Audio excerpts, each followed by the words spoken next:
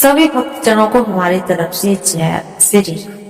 भक्तों, आज है हरियाली अमावस्या और हरियाली अमावस्या बहुत सारे लोग मनाते हैं और इस दिन जो भी इस कथा को सुनता है और पढ़ता है उसकी सारी मनोकामनाएं दिल से पूरी होती है। तो आज हम हरियाली अमावस्या की कथा आपको सुनाने वाले हैं, जो कि बहुत ही प्रेम पूर्वक आपको श्रद्धा भाव से सुननी चाहिए, तो आपकी भी मनोकामना अवश्य पूरी होगी। तो चलिए प्रिय भक्तों, कथा करते हैं। सुन, सावन का महीना चल रहा है। इस पूरे महीने में भगवान शिव की पूजा श्रद्धा और भाव के साथ की जाती है। इस महीने में पड़ने वाली अमावस्या हरियाली अमावस्या कहा जाता है। ऐसे में भगवान शिव और माता पार्वती के साथ इस दिन पीपल के पेड़ की पूजा भी करने का विधान है। इस दिन हरियाली अमावस्या व्रत की कथा पढ़ना और सुनना सारे कष्ट होते हैं।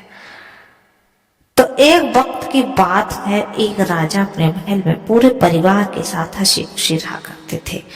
उसका एक बेटा और एक बेटी थी। एक दिन रसोई में मिठाई रखी हुई थी। सारी मिठाई राजा की बहू ने खा ली। जब उससे पूछा गया कि सारी मिठाइयां कहाँ गई, तो उसने कहा कि चूहे खा गए। चूहों ने जैसे ही ये बात सुनी तो उसने ऊपर लगाया इल्जाम झूठा बर्दाश्त नहीं कर पाए और चूहे क्रोधित हो उठे। ऐसे में उन्होंने राजा की बहू को सबक सिखाने का फैसला लिया।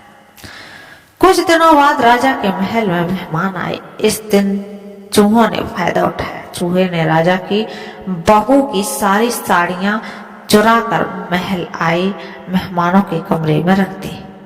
जब सुबह सभी ने बहू की साड़ियों के मेहमान के कमरे में देखा तो राजा की बहू के चरित्र पर सवाल उठाने लगे। ये बात चारों तरफ फैल गई। जब राजा को ये बात पता लगी तो राजा ने उसे महल से ही निकाल दिया। इसके बाद राजा की बहू एक झोपड़ी में जाकर रहने लगी और रोजाना पीपल के एक पेड़ के नीचे दिया जलाने लगी। साथ ही गुड़धानी का भोग लगाकर सबको बांटने लगी। ऐसा करते हुए कई समय बीत गया। एक बार राजा उस पीपल के पेड़ के पास से गुजर रहे थे। उस दौरान उसका ध्यान पेड़ के आसपास मौजूद रोशनी पर चला गया और वो हैरान रह गए कि राजा ने महल में आने के बाद अपने सिपाहियों से उस रोशनी के बारे में पता लगाने को कहा। जब सैनिक वहां पहुंचे तो उन्होंने देखा कि दीपक आपस में बात कर रही थी। एक दीपक ने बोला कि मैं राजा के महल से आया हूँ। महल से निकाले जाने के बाद राजा की बहू रोज मेरी पूजा करती है और मुझे जलाती है। राजा के दीपक ने जब सबने पूछा कि आखिर उसे महल से क्यों निकाल दिया, तो दीपक ने चूहे वाली सारी कहानी उसे बता दी।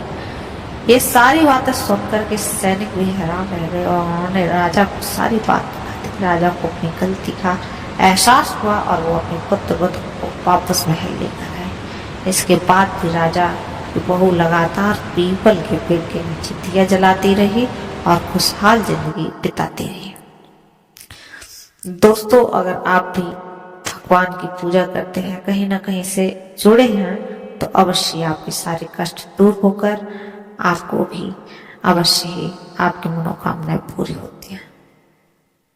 दोस्तों, अगर आप चाहते हो कि आपके घर में भी सुख शांति आए तो आप हरियाली अमावस्या पर उपाय कर सकते हैं। इसके लिए हरियाली अमावस्या के दिन शाम के समय एक उपाय कर सकते हैं। पूजा की किसी थाली में ओम बनाएं और उस पर महालक्ष्मी यंत्र को स्थापित कर दें। इसके बाद विधि विधान से यंत्र की पूजा जरूर करें। इस उपाय को करने से माता लक्ष्मी प्रसन्न होती हैं और उनकी कृपा परिवार के सदस्यों पर बनी रहती है। ऐसे में जातक के घर में हमेशा सुख शांति और समृद्धि बनी रहती है। साथ ही धन की देवी माँ लक्ष्मी का घर भी वास होता है। जीवन के दुखों से छुटकारा पाने के लिए इस उपाय को हरियाली अमावस्या पर ही आजमाएं। नंबर 2 पर है दोस्तों, भगवान शिव की कृपा पाने के उपाय। तो हरियाली अमावस्या पर भगवान शिव की पूजा करने का भी खास महत्व है। ऐसे में इस दिन शिव जी के मंदिर में जाकर उनके सामने एक दीपक जरूर जलाएं। साथ ही मंदिर में बैठकर ओम नमः शिवाय मंत्र का 108 बार जाप जरूर करें। उस उपाय को करने से जातक को भगवान शिव की विशेष कृपा प्राप्त होती है। साथ ही कैरियर नौकरी में आने वाली समस्याओं से छुटकारा मिलता है और जीवन में सफलता प्राप्त होती होती है। हरियाली अमावस्या पर इन आसान उपायों को करने से आपकी मनोकामनाएं भी दोस्तों पूर्ण होती है।